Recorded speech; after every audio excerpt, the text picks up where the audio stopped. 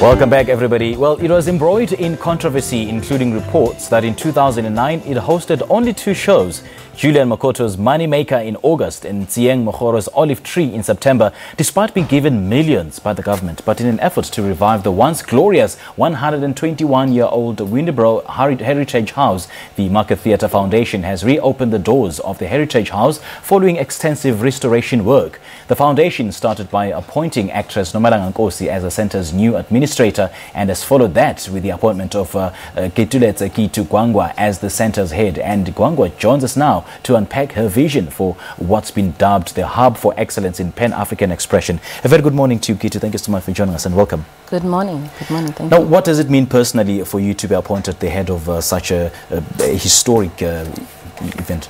Personally, it's a dream come true.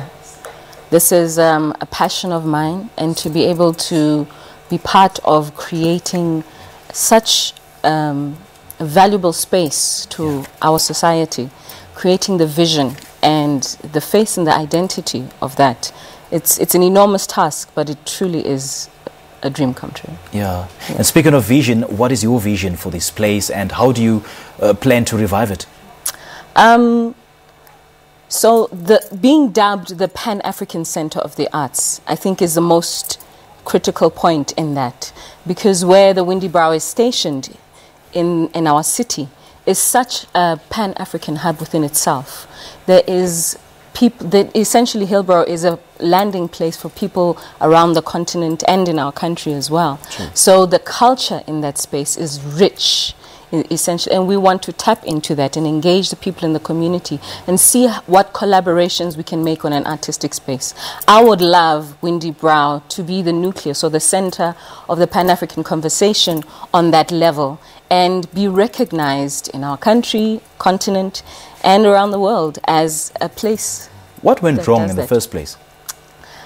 I think not having a direction, not having a clear view of where to take the Windybrow and so many heritage spaces in and around the city, to move from essentially to colonial building, and the identification of it, the history of it is so rich in that space, but moving it into this era in South Africa right now, I think it's a difficult conversation to marry. And how you do that smoothly, effectively, functionally is difficult. So I think marry the two conversations. Actually, let's just put that on the platform. Let us have that conversation. Let's have that dialogue and see what does Pan-African mean to South Africa. How do they understand that? Sure.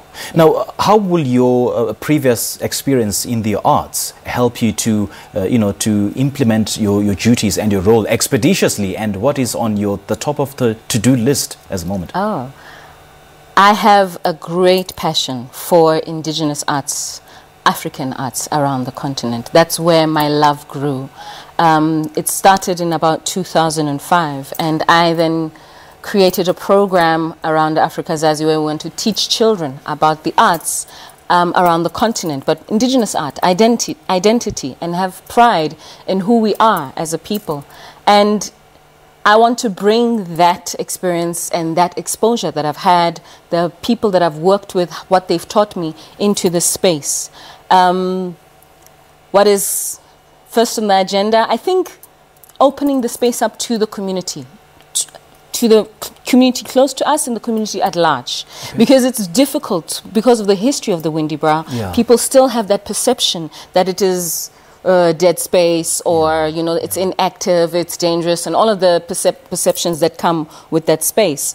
I think that's the most important thing, to let people come to the space, to come and experience the exclusive books, Pan-African Reading Lounge, to come and see the works of art that are already there, the programs that we're engaging with the children that are there. How did you end up where you are today?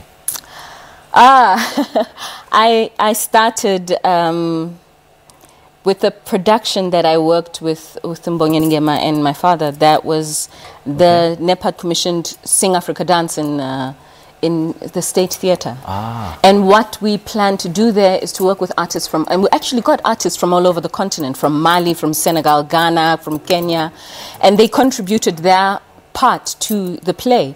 And having that exposure, those workshops, you know, sharing that platform and that information, that really opened up my heart, and I just ran with it since. And yeah, I just became engulfed in Pan-African culture. So it's in your veins? It's in my veins. It's in my veins. Keitu, all the best, and thank you so much for chatting to us this morning. Thank you so much. Appreciate it. Well, that is Keituletse Keitu Gwangwa has been appointed the head of the Windybrow Art Centre, which has been given a new lease on life as a division of the Market Theatre Foundation since the April the 1st, 2016. All right.